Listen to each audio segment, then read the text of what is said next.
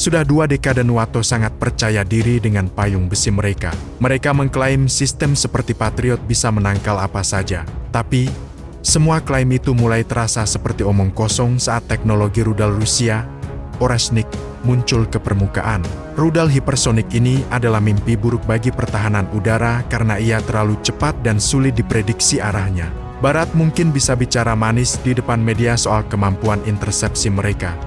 Tapi secara teknis, ceritanya berbeda. Saat musuh datang dengan kecepatan berkali-kali lipat kecepatan suara, radar paling mahal pun bisa gagal bereaksi tepat waktu.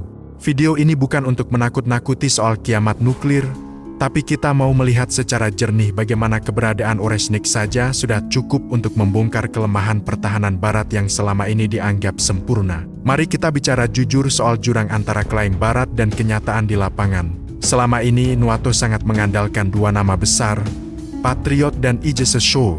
Di atas kertas, mereka memang hebat. Tapi ingat, sistem ini dirancang untuk menghadapi ancaman lama, yaitu rudal yang lintasannya bisa ditebak. Oreshnik tidak bermain dengan aturan itu. Ibaratnya, Patriot dan Aegis itu seperti kamera CCTV yang sangat mahal dan canggih.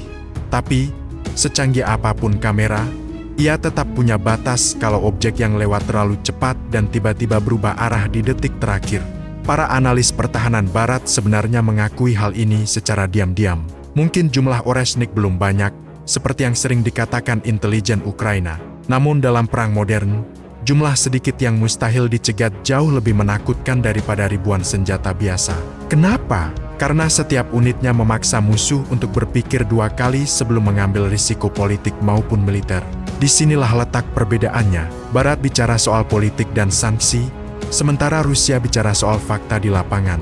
Dan jujur saja, di dunia militer, fakta teknis jauh lebih bicara daripada sekadar protes diplomatik. Penempatan Oreshnik di Belarus adalah langkah cerdas sekaligus mengerikan. Kenapa? Karena ini soal memangkas waktu. Kalau rudal ditembakkan dari jarak dekat, sistem pertahanan udara hanya punya waktu hitungan menit atau bahkan detik untuk bereaksi.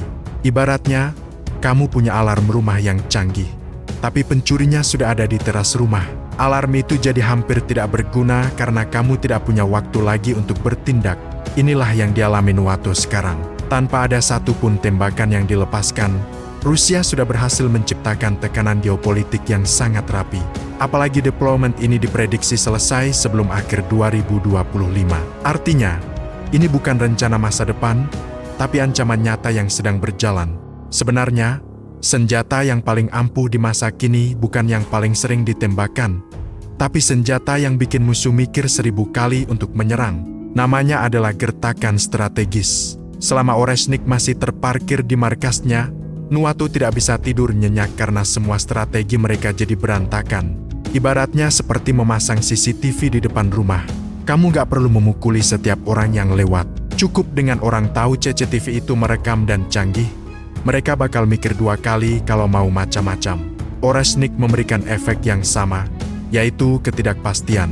Selama ini, Barat merasa sangat pede karena punya sistem pertahanan canggih. Tapi begitu sistem itu diragukan kekuatannya, mental mereka ikut goyah. Rusia mengingatkan kita bahwa merasa paling jago selamanya adalah kesalahan besar. NATO terlalu nyaman dengan sistem lama mereka sampai lupa kalau teknologi terus berkembang. Pelajaran buat kita semua, di bisnis, politik, atau hidup pribadi, yang kalah biasanya bukan orang lemah, tapi orang yang telat sadar kalau dunianya sudah berubah. Jadi, apakah kita mau beradaptasi sekarang, atau menunggu sampai semua keunggulan kita hilang?